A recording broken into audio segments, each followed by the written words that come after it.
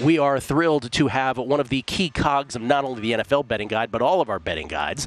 It's Adam Burke. I always call him the glue that holds this operation together. Technically, he's the VSiN managing editor and co-host of the Double Play podcast as well. You can follow him on Twitter at Skating Tripods. Adam joins us to talk about the guide right now from his place here in Vegas. How you doing, Adam?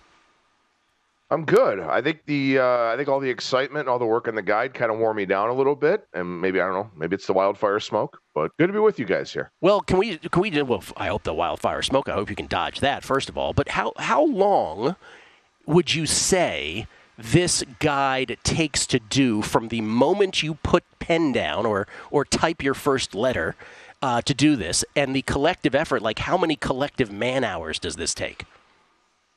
Yeah, it's a fair question. I mean, I handed out assignments a little over a month ago, on this guide, just making sure that everybody kind of knew what was expected of them, and also give our guide editor Matt Devine time to put this thing together. So we had staggered deadlines for it. I think the first piece came in June 13th, and then we kind of built out from there. So it's definitely it's a work in progress, at least over that 3-week period.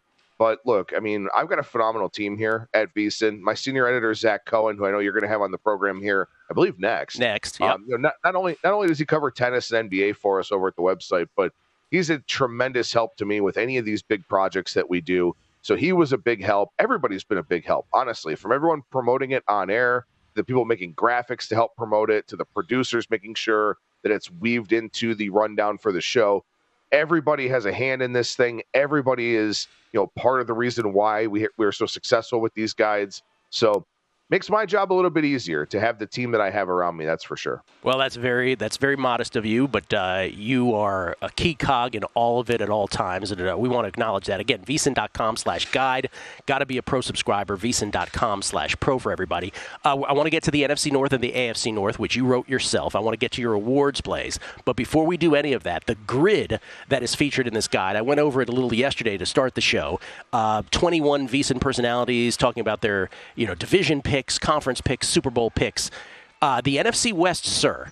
20 of the 21 folks picked the Niners to win the NFC West. You were the one outlier. Who did you pick and why? Yeah, so I think the Rams have a real shot to win this thing this year. I really like some of the additions that they made on the defensive side. Offensively, I mean, this was a good team last year. This was a top 10 offense. You've got maybe the best wide receiver tandem in the NFL in Puka Nacua and Cooper Kupp. And you got Kyron Williams, who's a really, really good running back. Matthew Stafford maybe getting a little bit long in the tooth, but I still think he's able to get the job done here. And I also really like the addition of Jonah Jackson on the offensive line. But defensively, this was a below-average unit by EPA per play last year. And they brought in Tre'Davious White. We'll see if he can stay healthy. They brought in Darius Williams, so I think they did a really good job of adding some talent at the corner position. Also, you bring in a pass rusher like Jared Verse. That's never going to hurt. And I don't think people really realize this. And honestly, from a production and stats standpoint, my vote for the Defensive Rookie of the Year last year would have gone to Kobe Turner, who's the guy who's kind of going to replace Aaron Donald in this defense. And that's what he did last year. He kind of rotated in when Donald came off the field, but you can move him around as a down lineman, a little bit of a rusher. I think he is a budding superstar in the NFL. So I think the Rams are really, really talented. I think they're kind of being slept on a little bit because the 49ers have been so good and so consistent. I honestly think it's worth a shot to take a Rams future to win the NFC West here. Plus 330 for the Rams at DraftKings right now to win the NFC West. All right, you wrote about the NFC and AFC North. Let's start in the NFC. Wyatt is wrapped with attention because he's a Packers fan here. NFC North odds, Lions are the short shot at him at plus 150, as you know. Wyatt's Packers, plus 210. The Bears, plus 265 with rookie quarterback Caleb Williams cozied up to the Lions and the Packers in the betting market. And then the Vikings, one of these things is not like the other. They're 10-1. Wow, that's a big gap. How did you come down on this division in its entirety? Yeah, well, I'll go ahead and throw out one of the awards picks that I had to kind of grease the wheels here on the NFC North, which is I heard Matt Brown. One time I was coming in for a segment on The Handle, and I heard Matt Brown talking about Jared Goff 40-1 to win the MVP. And I thought, okay, this is really interesting. He's making a strong case for it. I don't know that I can bet it, but I think that he's making a pretty strong case for it. Then the NFL schedule came out on May 15th. And Jared Goff plays 14 of his 17 games indoors this season. He only has 3 games that are outside. only one of them pretty much guaranteed to be in bad weather. That's in late December in Chicago at Soldier Field. So the weather won't be good there. We know that. There's no question about that. Other than that, his 2 outdoor road games, early November at Lambeau Field, and then late December out in Santa Clara against the 49ers. I like Jared Goff 40-1 to win the MVP as well. And it was the schedule that gave me the push to kind of go over this one. So if I expect Goff to be an MVP level candidate, certainly I expect the Lions to be the top team here in the NFC North. They got a ton of weapons. The offense is good. Dan Campbell went from being the butt of all jokes to being one of the better coaches in the NFL. I think that, this is a team that's really building nicely, and they can run it back on offense again with Ben Johnson, who didn't get a head coaching job. So for me, it is the Lions that I think are the top dog here in the NFC North. AFC North, Ravens plus 130. By the way, I love the Jared Goff play. AFC North, Ravens plus 130, Bengals plus 145. I already bet the Bengals some months ago at plus 175. It's top heavy there. Then your Browns at 6-1, and the Pittsburgh Steelers at plus 850, bringing up the rear. Best division in football? I guess I would say best. I would certainly say deepest. I don't know if maybe it's the best. I wonder if maybe the NFC North, is a little bit stronger top to bottom. But I do think that this is the deepest division and the most difficult one to play in. I mean, these AFC North games are wars year in and year out. And I think it's going to be really fascinating to see how things play out here. It turns out I'm a little bit lower on the Bengals than most of us here at the network. I mean, when you look at the division winner picks, 10 picked the Ravens, 10 picked the Bengals. So even across the board, one very brave soul took the Browns.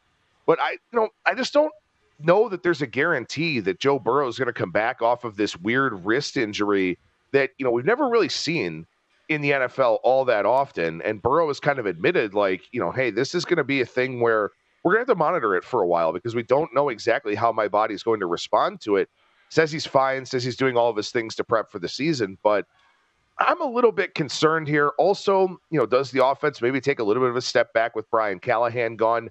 The defense, we all talk up Lou Anarumo, but they really weren't that good last year. They struggled badly against the run, 25th in rush EPA, 24th in drop back EPA. They got to get a lot better on that side of the ball, I think. And for Cleveland, I mean, look, this might be the best roster in the AFC outside of the quarterback position. And the problem is the quarterback position is the most important position in sports. So we saw it last year. I mean, the Browns, Kevin Stefanski wins Coach of the Year. They're a playoff team with 5 different quarterbacks. Watson had a good win-loss record as the starter, but his stats weren't really good. The defense got exposed a little bit by a downfield passing game of the Texans that they hadn't really seen a whole lot, and Jim Schwartz didn't really account for it. But that's a rarity in today's NFL. So I still think the Browns have a really high floor, potentially high ceiling if Watson's any good. I still think Baltimore wins the division, though. Adam, give us one more awards market. You had said Goff to win MVP, Jared Goff to win MVP 40-1 earlier. Give us one more awards play you like. Yeah, so this one, I mean, look, when you look at the Coach of the Year markets, a lot of times it's a first-year guy, maybe a second-year guy who has a really big, win upgrade with his team, right? Maybe they win 4, 5, 6 more games, something like that, and he winds up winning Coach of the Year. I think Nick Sirianni at 40-1 actually has a shot to do this, though, because the Eagles were great last year, but they completely fell apart. And that's the only thing that people remember. They fell apart. They got blown out by a very mediocre Tampa Bay team in the playoffs. I think the Eagles are 14-3 or better kind of good this year. So I think Sirianni, if they are the number 1 seed, this feels to me like when John Harbaugh won Coach of the Year a few years ago because the first-year coaches outside of Matt LaFleur didn't do all that well. So I think Sirianni at 40-1 with maybe the best team in the NFL in terms of a win-loss standpoint, I don't think it's as crazy as it sounds, even though you look at this award historically, and it typically goes to younger coaches. Adam's AFC North and NFC North write-ups, including the 2 awards picks he just gave. He also has an Offensive Rookie of the Year play in the guide and a Defensive Rookie of the Year play guide. Both of those are 25-1 and 35-1 respectively currently, so check it out again at VSiN.com/guide. The VSiN Pro Football, the VSiN NFL betting guide. Adam, thank you so much, man. Thanks for making the time. Thanks, guys. Have a good one.